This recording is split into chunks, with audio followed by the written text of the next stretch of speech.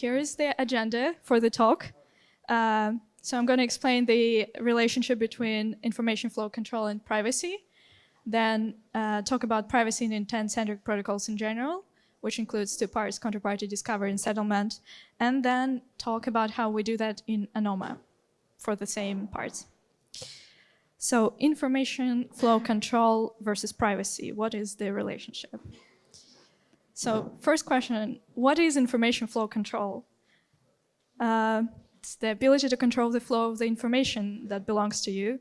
And how is that related to privacy?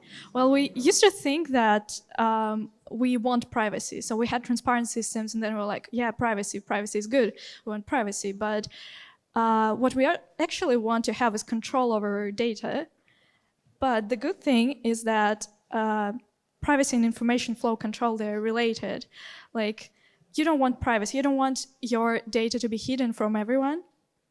But privacy is a good starting point because having your data private, you can then decide who to reveal it to. Compared to a transparent case, you can kind of try to enforce some kind of information flow control, but people can just get your data themselves without asking for your permission. So we want privacy to have information flow control. That's why we're talking about privacy, right? Now about privacy in intent-centric protocols. So let's define intent-centric protocols. So it has two parts. First part is counterparty discovery, where intents are, which are user preferences, they're passed as input, and then something happens and it turns into transactions. And then transactions go to intent transaction-centric part, they're processed and they settle. So privacy in intent-centric protocols is basically privacy in these two stages, counterparty discovery and settlement. So let's start. Privacy in counterparty discovery phase. So what is counterparty discovery? So there is Alice that wants to get something, some book, for example, and there is Bob that has the book, but they don't know about the existence of each other. Well, good thing is that there is a solver network that knows Alice and Bob, and they can coordinate to make sure that Alice's intent is satisfied. So Bob will give the book to Alice.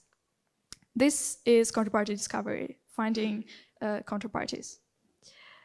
So what happens is that users express their preferences as intents and then send intents to solvers, and then solvers find the counterparties. And what we want to have, interesting, what we want to have is for intents to be private. Users don't want to tell anyone what they want because it's not exactly private. Like, what is the point in having your transactions private if everybody knows that your transaction satisfies your intent and your intent is not private, right?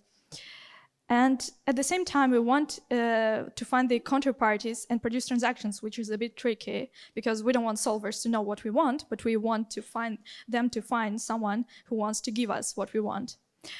And the sad thing about counterparty discovery privacy is that there are no existing solutions yet, mostly because there are not many intent-centric protocols exist, and if they exist, they're probably not private.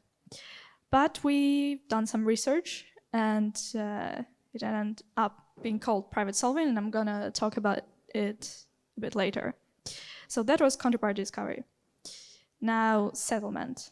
Settlement is much clearer. There is a transaction, it is sent to mempool, then ordered, executed, and then it's on chain. So this is like settled transaction.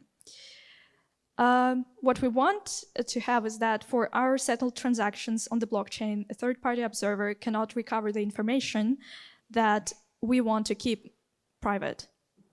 And we specifically want data privacy so that the data encoded in a transaction is private. It's like parties who participate in the transaction, amounts that were sent to anyone, and stuff like that. And function privacy is that we want to have the application that is used in this transaction. And examples of settlement privacy are Zcash, Zexi, Zcash doesn't exactly have function privacy, but there's just one function, it's just Zcash. And Zexy is kind of like a more general version. And we also have settlement privacy solution called Taiga, and I'm gonna talk about it, I think, now. So privacy in ANOMA. I'm gonna do it in the different order, starting with settlement phase, just because it's easier. So Taiga. What is Taiga? Taiga was an attempt to solve this problem, basically. So there are protocols that provide counterparty discovery in atomic matches, like OpenSea, and there are protocols that provide shielded state transitions, like Zexy. And maybe not, there are protocols that provide private account abstraction. I don't think there are, but... so Taiga is something that has all of it. So what is Taiga? Taiga is an implementation of a resource machine, and it operates in a resource model. Okay, now what is a resource machine? So resources are immutable atomic units of state, and they can be created and consumed.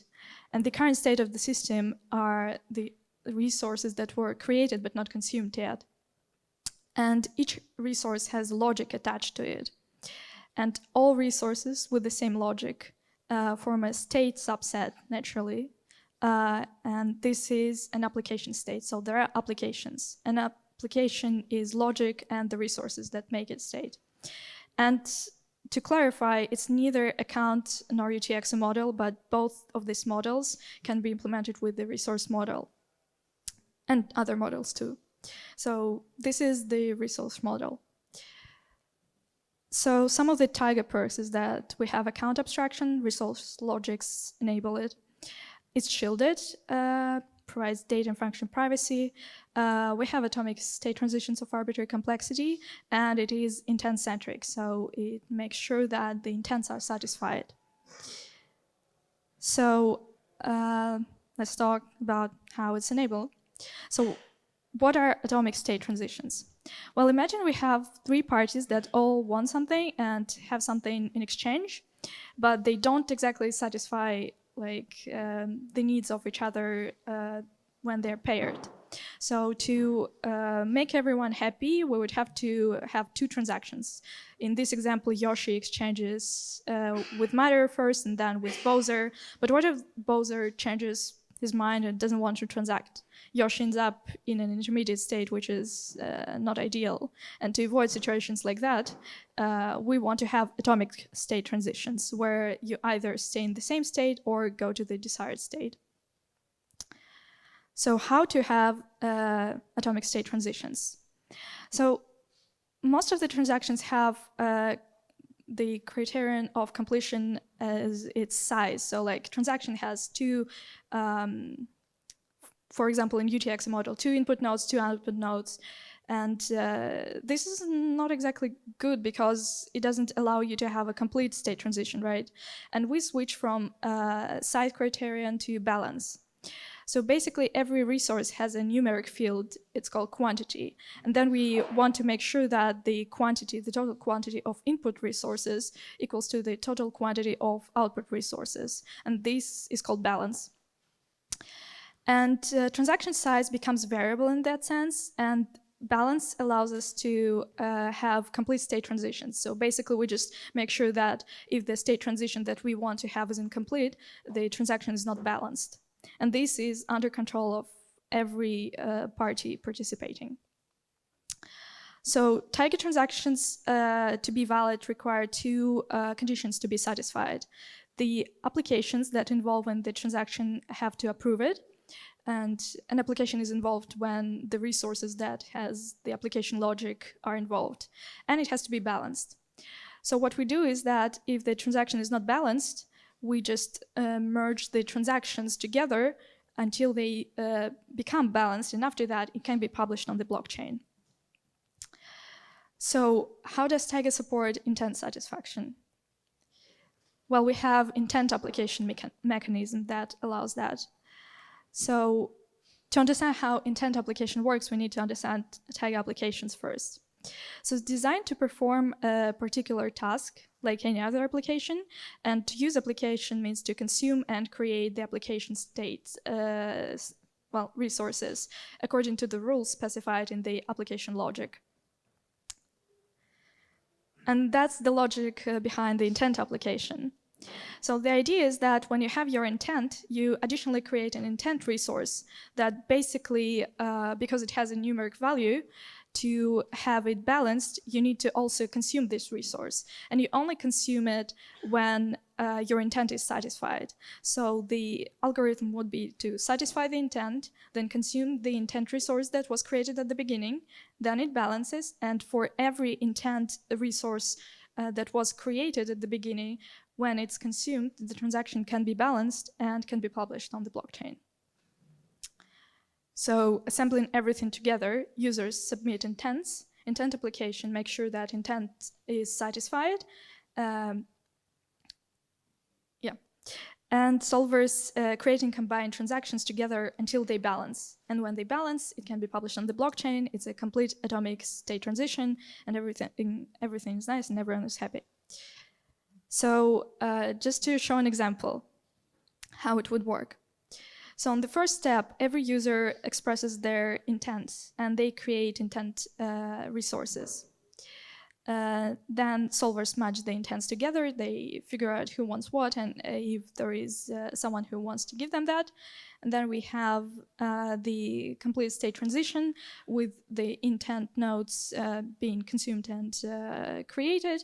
Well, created and consumed, and the transaction is balanced because everyone created a star and consumed a star, and the same for mushroom and the egg. So everyone is happy. So cryptographically speaking, how do we have privacy? Well, data privacy is ensured by verifiable encryption of resources for in-band distribution.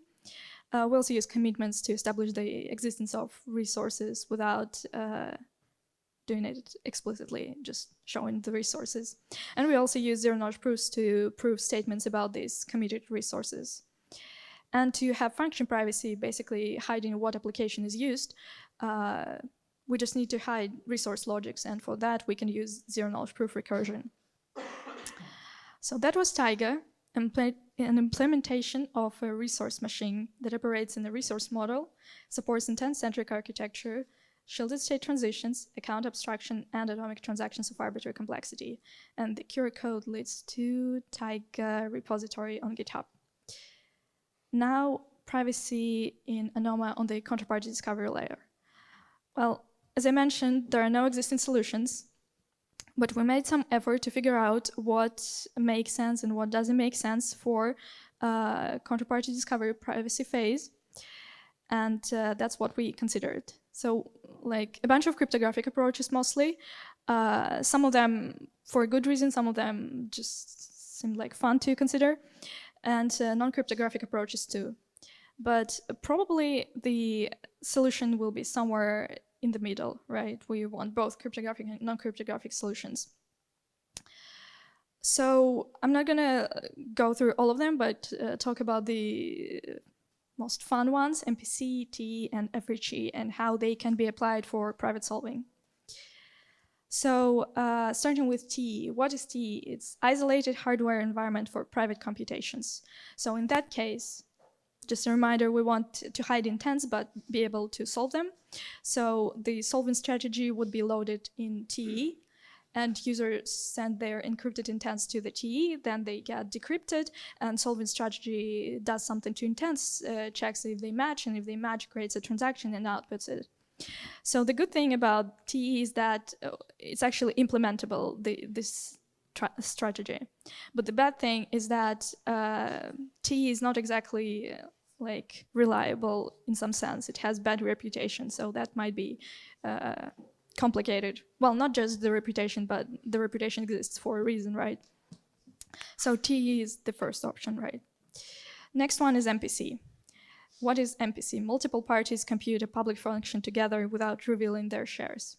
So in this scenario, we have a solving strategy implemented as an MPC protocol. User intents are their private shares, and then they engage in the protocol and kind of compute something together.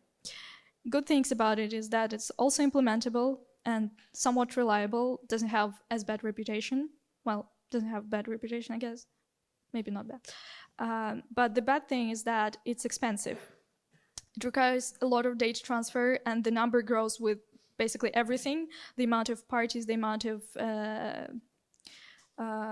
the strategy complexity, the security guarantees, everything makes it bigger. And also there is a concern of privacy phase overlap, where you have you basically need to produce transactions, but you want them to be shielded, right? So you need to produce shielded transactions in the MPC setting, which is a bit scary. So also an option. Next one is FHE. It's the most controversial one, I guess. So FHE, fully homomorphic encryption, allows you to perform arbitrary computations on encrypted data. So I don't have this scenario here, but basically the users would encrypt their intents using FHE and then send them to Solver, and Solver would perform computations and figure out how if they match and produce transactions. So the good thing is that it's very flexible. Like basically once you encrypt it, you can implement the strategy kind of on the run. And it's also somewhat reliable, if it's applicable at all, because I don't think it's used so widely to be considered reliable. But the bad thing is that it's slow. It's one of the bad things, right? But the other one, like much worse one, is that it doesn't actually help. So why it doesn't help? So users, we want them to have access to their intents and their counterparty's intents, like because it happens naturally. If your intent satisfies my intent, then I know what your intent is. It's just exactly the opposite of mine. So we want them to have access to intents of them, well, their own intents and their counterparty's intents. But we don't want solvers to have access to plain text intents. And the problem is that solvers are users. So they don't have to be, but we cannot limit solvers from being users, and that creates a problem. Basically, solvers can pretend being a user and create a sort of fake intent, encrypt it and try to match with the intent that they want to reveal. And if it doesn't match, it's not a big deal. They just recreate the intent and do it as many times as needed to recover some information about it. And that allows eventually to recover the user's intent, which is not ideal. It's not exactly as much of a problem with TE and MPC because the protocol, the MPC protocol or the solving strategy loaded in TE is agreed on in advance, and it can be even public, and encrypted intents don't leak information in that case if we don't encrypt them with fully homomorphic encryption. But in FHE, you just can perform arbitrary computations, right? And that kind of good, but actually is a problem. So FHE doesn't actually help. So to summarize, all of the other things that I didn't mention, they don't really work on their own for various reasons, but you can read it in the report. FHE doesn't help us. MPCT might work. And there are caveats, like solvers are users, which creates a lot of problems, and face privacy overlap, meaning that we need to produce shielded transactions. And shielded transactions, they use zero-knowledge proofs. And we need to produce zero-knowledge proofs within the counterparty privacy solution. Expensive. But the good thing is that we only consider scenarios where the approach is used just as a single solution to security. So we probably can come up with a better solution if we combine cryptographic and non-cryptographic solutions in a smart way, but we just need to spend more time on that. Yeah. So that was basically it. If you're interested in Taiga and private solving, here are the links. You can contact me somewhere using this handle, and Resource Machine Report is coming soon. Thanks.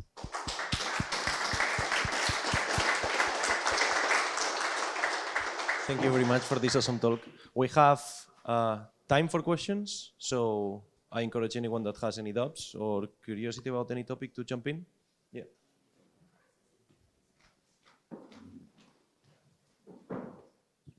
Thanks for.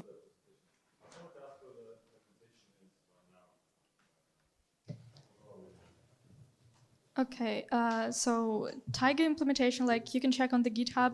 I think you can use it already. Function privacy is not implemented yet, but it's pretty usable at this point. Like not for production usable, but you can play with it. Yeah. Thanks for the great talk. I was wondering, to what extent does the developer have to think in terms of new ideas or abstractions, like things balanced or not balanced, things like that? Sorry, I didn't hear the first part. At the beginning, you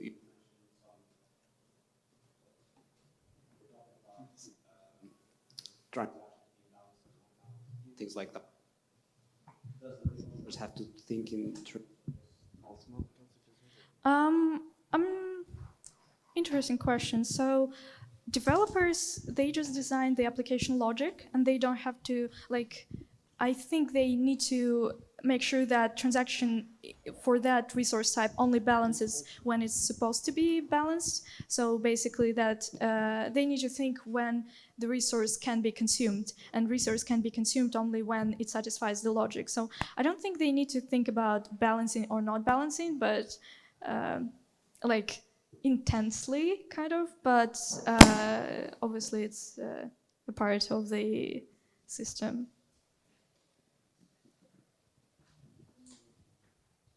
We have time for one more question, even two.